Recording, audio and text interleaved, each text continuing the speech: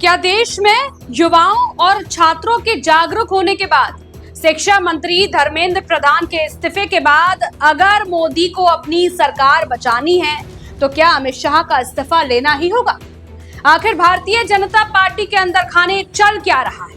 आखिर अमित शाह के कार्यक्रमों में वहां पहुंचने से पहले काले झंडे दिखाए जाने की प्रक्रिया की शुरुआत कैसे हो गई, जिस बात की हिम्मत आज से कुछ साल पहले कोई नहीं कर सकता था? आखिर कैसे अमित शाह के पहुंचने से पहले छात्रों और युवा टीम ने काले झंडे लेकर पूरी तैयारी कर ली, मगर इसके जवाब में भारतीय जनता पार्टी की डबल इंजन की सरकार की पुलिस ने किस तौर पर बर्बरता और क्रूरता दिखानी शुरू कर दी। नमस्कार, मेरा नाम है आयुषी गौड़ और आप देख रहे हैं 4 पॉइंट न्यूज। आइए शुरुआत करते हैं आज की इस खास खबर की।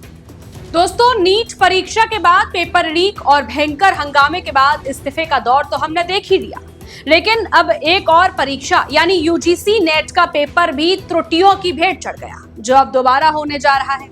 सब कुछ विस्तार से आपको बताते हैं, अगले चंद मिनट मेरे साथ जरूर रहें, क्योंकि यह खबर दरअसल शिक्षा और छात्रों के मुद्दों से दूर रहने वाली भारतीय जनता पार्टी की सरकार की पोल खोलती है। ये उन लोगों की पोल खोलती है जो ये कहते हैं कि ना पढ़ेंगे, ना पढ़ने देंगे, ना पढ़ने वालों को जीने देंगे। ये खबर ये दिखाएगी कि किस तरह देश के अंदर सभी संस्थानों पर कब्जा करके ये लोग सिर्फ और सिर्फ सत्ता की मलाई चाटने के लिए सब कुछ कर रहे हैं। ऐसा ना होता तो देश आज इस दुर्दशा में नहीं होता। दिमागी नक्सल का असली सच क्या है? प्रधानमंत्री नरेंद्र मोदी लाल किले के प्राचीर से कुछ ऐसे ही असहज, अभद्र, असंवैधानिक और अलोकतांत्रिक बातें पिछले कुछ सालों से करते आ रहे हैं, जो सिर्फ और सिर्फ हेडलाइन मैनेजमेंट का हिस्सा होती है। उसी में एक चर्चित शब्द था दिमागी नक्सल। मिस्टर प्राइम मिनिस्टर ने यह कभी नहीं बताया कि असल में दिमागी नक्सल कौन है।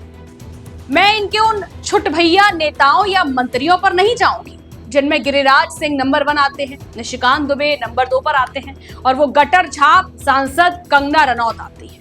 उनके तुच्छ सवालों और बातों पर मैं अपना वक्त बिल्कुल जाया नहीं करूंगी, लेकिन इनके राजनीतिक पूर्वजों की बात की जाए तो मुझे लगता है शायद वही असली दिमागी नक्सल थे और वही संकीर्ण सोच इन लोगों के डीएनए में आज भी बची हुई है। संघ के दूसरे प्रमुख गोलवलकर ने अपनी किताब बंच ऑफ थॉट्स में क्या लिखा है? गोलवलकर ने लिखा था कि तिरंगे में ऐसा कुछ भी नहीं है जो भारतीयता को झलकाए। It's irritating. और जब तिरंगा बनाया जा रहा था तो उसमें अशोक चक्र जोड़ा जा रहा था, तब इसी गोलवलकर ने इसका विरोध किया था। ऐसे वैचारिक लोगों की यह राजनीतिक पैदावार है, इसलिए इनसे दिमागी नक्सल जैसी बातें ही निकलेंगी। अलवर में अमित शाह का विरोध और पुलिस की सख्ती। अब लौटते हैं अपनी असल खबर की तरफ। अमित शाह, जिन्हें दरबारी मीडिया के जरिए सरदार पटेल से भी ज्यादा शक्तिशाली और लौह पुरुष के दायरे में दिखाया जाता है, वे राजस्थान के अलवर पहुंच रहे थे। वही राजस्थान जहां भजन लाल शर्मा जैसे मुख्यमंत्री हैं। जरा उनके जीतने का इतिहास और काबिलियत जाकर देख लीजिए। अलवर में अमित शाह के कार्यक्रम से पहले देश के जागरूक छात्रों और कांग्रेस की युवा टीम ने काले झंडे दिखाने की पूरी योजना बना ली थी। जैसे ही अमित शाह का राजस्थान के लिए निकलना हुआ, पूरे प्रदेश में हंगामा मच गया और राजस्थान पुलिस के हाथ पांव फूल गए। सेंटर के इंटेलिजेंस से डीजीपी और गृह सचिव तक फोन घनघनाने लगे कि आखिर हो क्या रहा है। अचानक विपक्ष के नेताओं और छात्रों को उठाकर नजरबंद और गिरफ्तार किया जाने लगा। राजनीतिक तौर पर जिसे हिरासत में लेना कहते हैं, उससे पूरा प्रशासन हिल गया। रैली के विरोध और काले झंडे दिखाने की योजना बना रहे जिन छात्रों के साथ तिजारा जिला के कांग्रेस अध्यक्ष बलराम यादव, एनएसआई के महासचिव विनोद जाटव सहित कई कार्यकर्ताओं को पुलिस ने घेर लिया। लोकल भाषा में कहें तो धर लिया। कांग्रेस कार्यकर्ताओं के मुताबिक 25 से 30 कार्यकर्ताओं को पूरी रात एक होटल में नजरबंद करके रखा गया, डराया गया और धमकाया गया।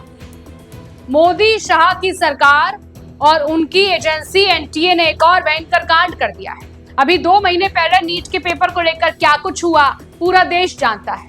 नीट पेपर लीक के हंगामे के बाद धर्मेंद्र प्रधान का इस्तीफा हुआ, कुर्सी एजेंसी से छीनी गई, लेकिन इसी बीच यूजीसी नेट की परीक्षा में भी भयंकर धांधली सामने आ गई।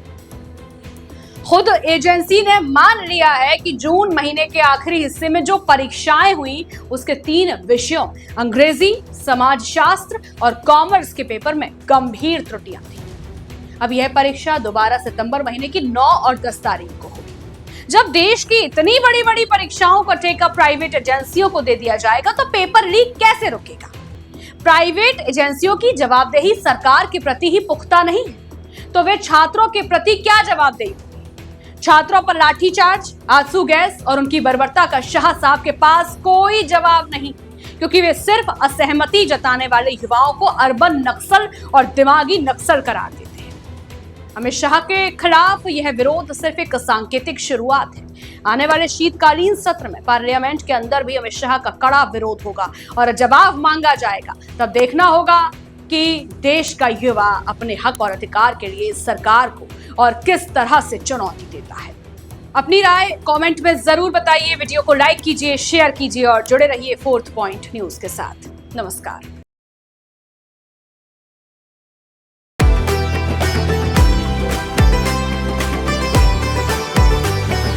Fourth Point.